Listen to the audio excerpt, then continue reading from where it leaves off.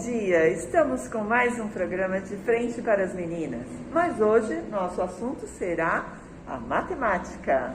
Estamos aqui com a Camila. Tudo bem, Camila? Tudo ótimo.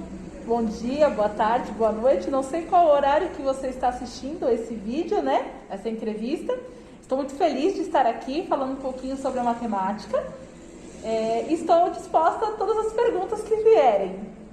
Então, a matemática, a gente sempre liga ela com as 4 operações, mas eu descobri que os gráficos fazem parte da matemática? Fazem, e eles trazem justamente o visual, o que a gente precisa saber de informações. Então, na verdade, é um tratamento de informação.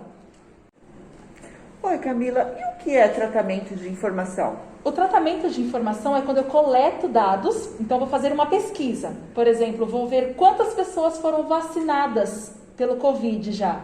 Então eu transformo essas informações numa tabela e dessa tabela surgem os gráficos.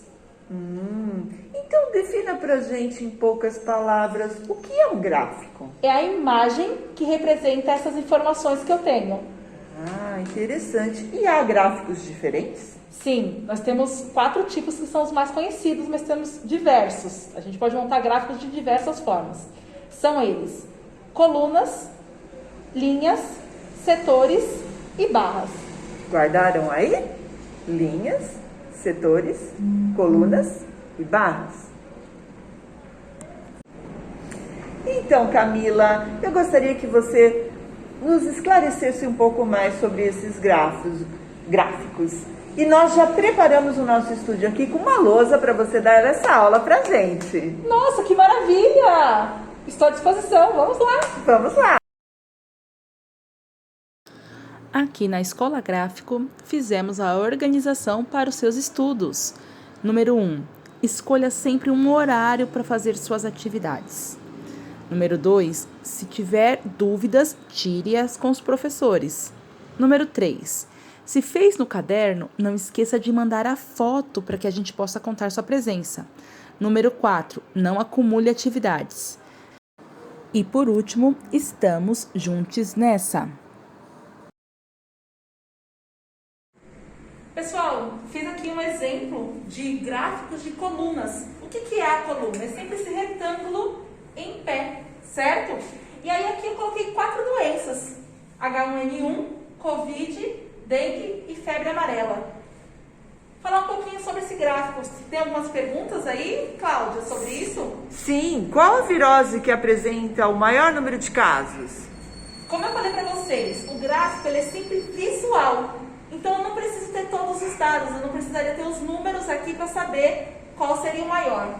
Olhando aqui, ó, H1N1 tá aqui, Covid tá lá grandão, dengue e febre amarela. Só de olhar, eu sei que o maior é o de Covid.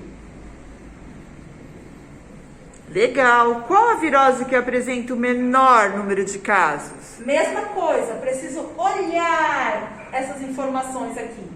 Olhando, o menor de todos eles é febre amarela. Menor. Legal, é fácil ver. E qual seria aí a virose que está em terceiro lugar? Vamos contar? Então essa aqui está em primeiro, que é a maior de todas. Segundo. Terceiro poderia ser esse? Não, porque esse é o menor. Terceiro é esse aqui, ó. Olha o tamanho. Então, o terceiro lugar é H1N1. E por último, a febre amarela. Obrigada, Camila. Imagina! Novos apartamentos, colunas. Seu apartamento em forma de gráfico de colunas. Será construído ao lado do Cieja Rosemary Frasson. Sua vida nos apartamentos colunas será um sonho. Tem tudo o que você precisa. Procure um dos nossos corretores.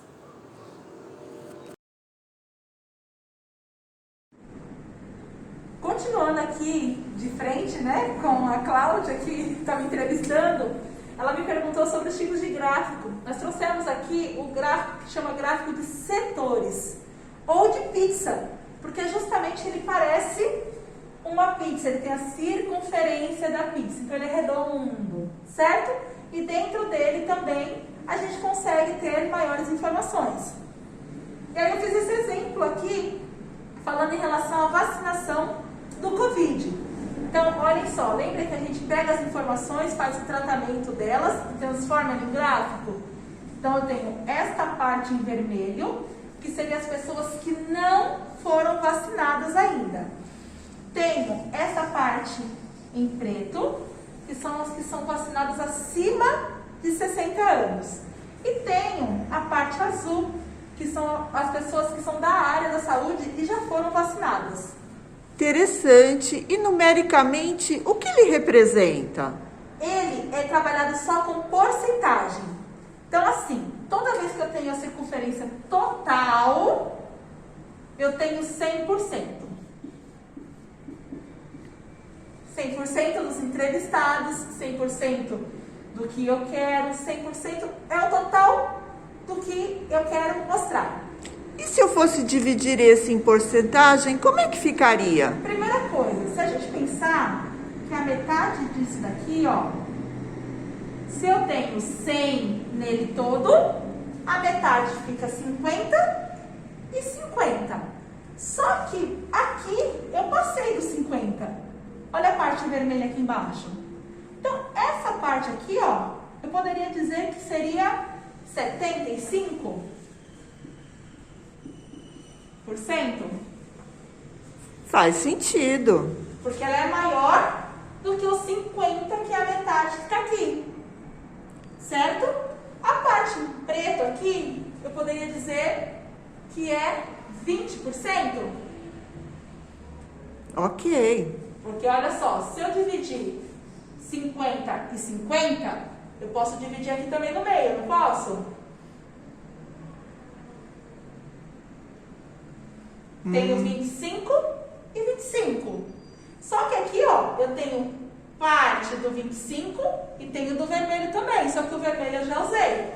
São 75. E a parte menor, eu poderia falar que é 5%.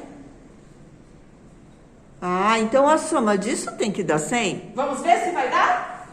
Então, eu coloquei lá 75 mais 20 mais 5. Lembrando sempre que quando eu tenho que fazer uma conta, a unidade fica junto com a unidade.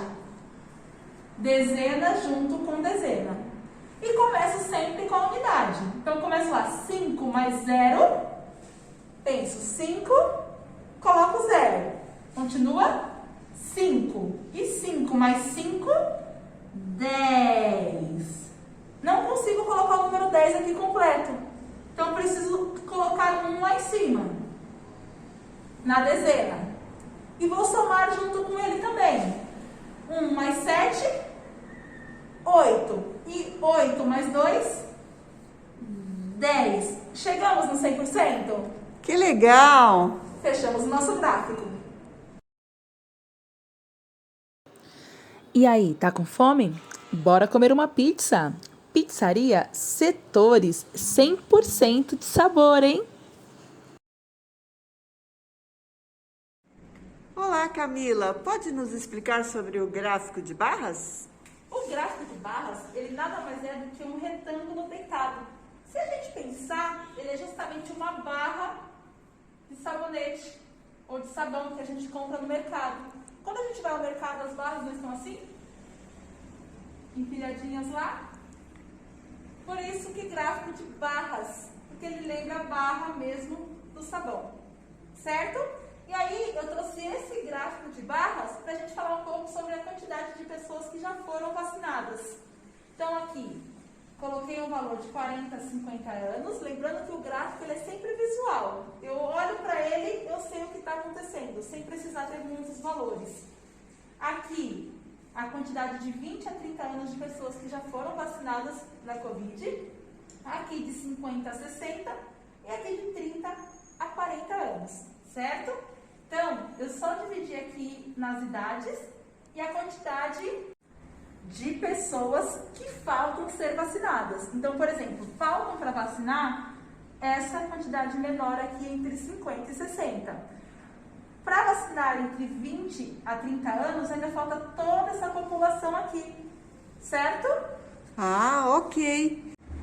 Tem alguma pergunta em relação a esse gráfico, Cláudia? Sim, qual a faixa de idade que faltam menos pessoas a serem vacinadas? Lembra que eu falei para vocês que o gráfico ele é visual? Só de olhar eu consigo ver qual seria o menor aqui, qual é o grupo que tem menos pessoas para serem vacinadas. Olhando aqui, é o de 50 a 60, ele é o menor. Justamente porque a vacinação contra o Covid começou com as pessoas mais idosas. Então, esse grupo já não tem tantas pessoas a serem vacinadas. E se eu fosse representar numericamente, como é que fica? Eu pensei em trazer alguns valores já aqui, Cláudia. 300 mil, 600 mil, 100 mil e 250 mil. Como a gente já viu que essa parte é o menor, a primeira coisa que eu tenho que fazer é comparar esses números e ver qual deles é o menor. Então, 300 mil, 600 mil, 100 mil e 250. O menor pra gente é o 100 mil. Então, eu sei que essa parte aqui vale 100 mil. Ah.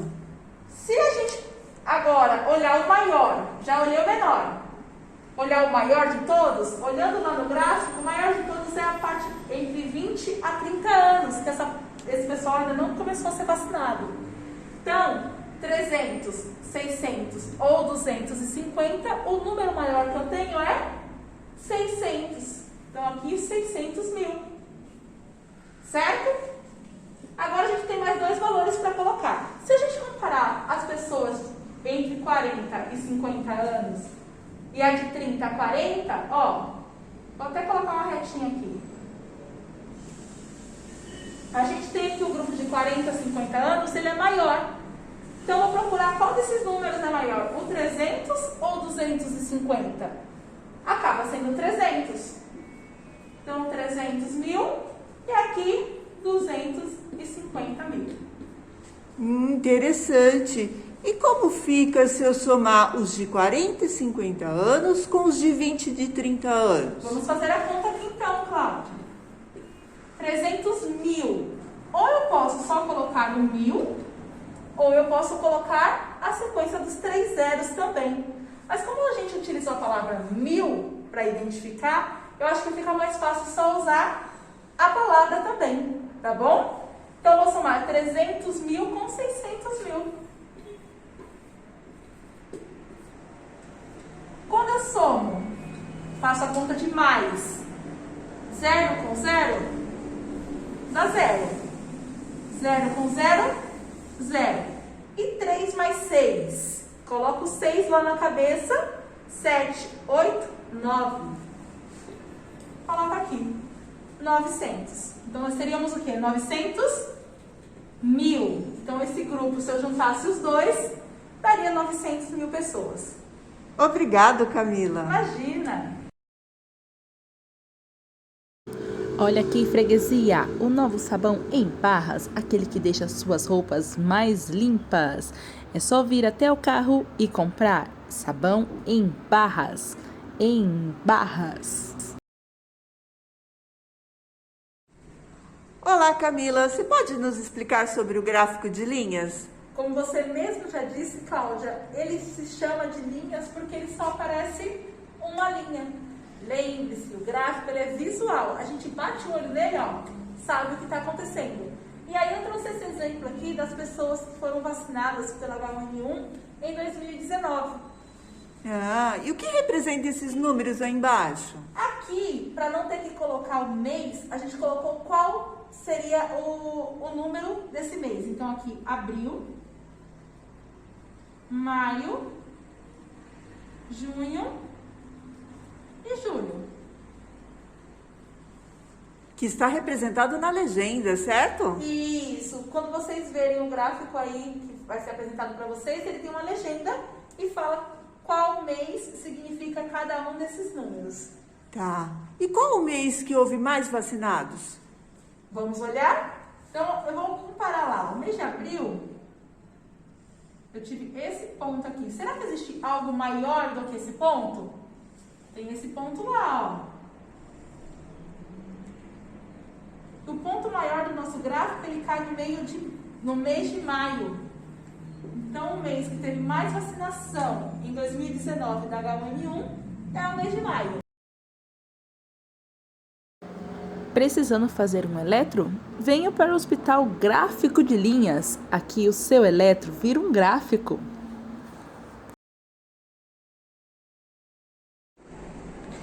Olá, Camila, muito obrigada pela explicação. Voltamos aqui para a nossa entrevista. Uma observação no último gráfico. Por que foi no mês de maio aquele pico? Na verdade, é o pico que acontece a maior vacinação, né? Justamente é quando a gente entra no outono, é quando tem a transição entre o verão e uma estação um pouco mais baixa, que a gente se prepara para o inverno, na verdade. Então, tem essa mudança de clima. Então, a H1N1 ela é sempre aplicada nesse período, no começo do outono, para que quando chegar o inverno a gente já tenha tomado a vacina e esteja tudo ok. Perfeito.